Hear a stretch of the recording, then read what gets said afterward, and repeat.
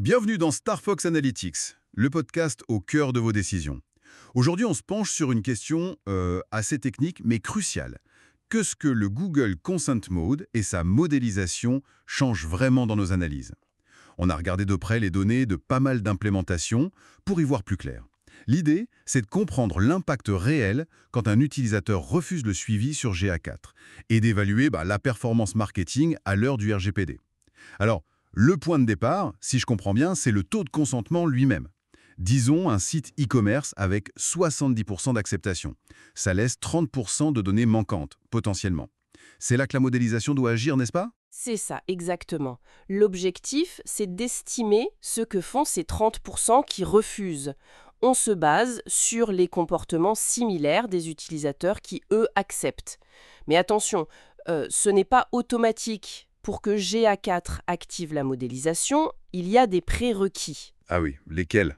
Bon, déjà, le consent mode doit être actif partout, correctement configuré. Ensuite, point technique mais essentiel, les balises Google doivent se charger avant l'affichage de la bannière de consentement. D'accord, ça c'est pour la collecte initiale des pings sans cookies. Voilà. Et puis, il faut des volumes suffisants. On parle de seuil. Au moins 1000 événements refusés sur 7 jours et aussi 1000 utilisateurs uniques qui ont accepté sur la même période. 1000 de chaque côté sur une semaine. Notez. Et après, il faut bien sûr savoir lire les rapports, faire la différence entre les données dites observées, qui ne concernent que les consentants, Oui. et les données mélangées, qui incluent les estimations de la modélisation. Ok, très clair. Et alors l'impact concret? Si on prend le rapport d'acquisition, celui que tout le monde consulte en premier. L'effet peut être spectaculaire. Sur un des cas qu'on a analysé, on a vu, en passant de la vue observée à la vue mélangée, une hausse de 38% des utilisateurs et du trafic. 38%, c'est énorme. Oui, et aussi plus 34% d'événements et plus 26% de conversions attribuées. Ce n'est vraiment pas négligeable. Impressionnant. Et est-ce que ça redistribue les cartes entre les canaux d'acquisition? Je pense au SEO, au CA. Absolument, et c'est là que ça devient particulièrement intéressant. Dans ce même exemple, le CA voyait son trafic augmenter de 49% grâce à la modélisation. 49. Presque la moitié en plus. Exact. Alors que pour le SEO, c'était plus 35%.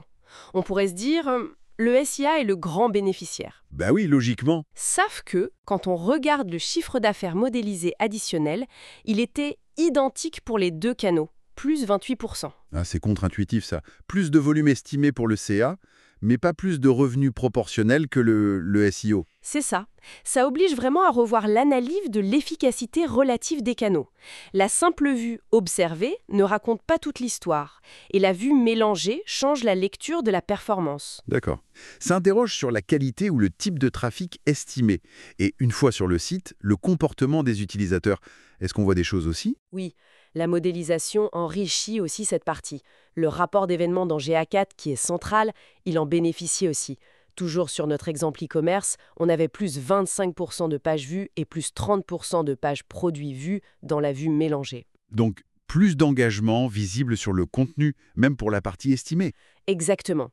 Ça permet d'avoir une vision un peu plus complète de l'intérêt pour certaines pages ou certains produits. Et alors, pour le plus important, les conversions, le chiffre d'affaires. L'impact est direct, bien sûr. L'exemple montrait environ 20 000 € de CA supplémentaires estimés, soit plus 22%, et aussi plus 26% de transactions modélisées. Donc, ça récupère une bonne partie du business potentiel. Oui. Et un détail intéressant. Le panier moyen calculé sur cette vue mélangée était légèrement plus bas, moins 1,12 € dans ce cas. Donc, les comportements estimés ne sont pas une copie parfaite des comportements observés. Voilà. Ça suggère des profils d'achat peut-être un peu différents. En général, sur les sites qu'on a vus, l'apport de la modélisation sur les métriques clés varie, disons, entre 15 et 40%. Ça dépend beaucoup du taux de consentement de départ. Logique. Plus le taux de refus est haut, plus la modélisation a de matière à estimer. C'est l'idée. Mais, et c'est vraiment le point crucial, il faut toujours vérifier la cohérence de ces chiffres modélisés, surtout le CA et le nombre de ventes. Comment ça?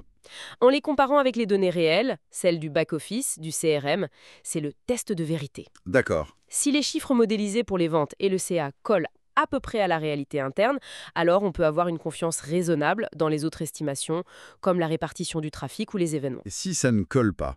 Alors là, prudence.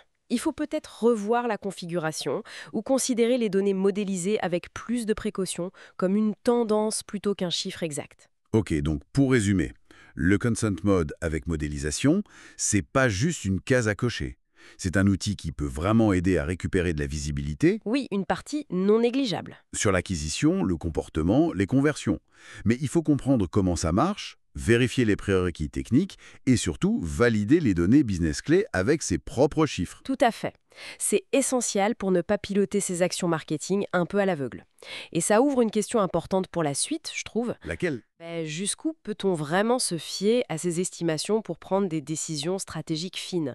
Quelle est la granularité de confiance acceptable? Et où s'arrête l'inférence pertinente sur des comportements qu'on n'a pas directement observés? C'est un vrai sujet. Une excellente question. Pour continuer la réflexion, merci d'avoir écouté Star Fox Analytics. Pour aller plus loin, téléchargez nos guides sur starfoxanalytics.com.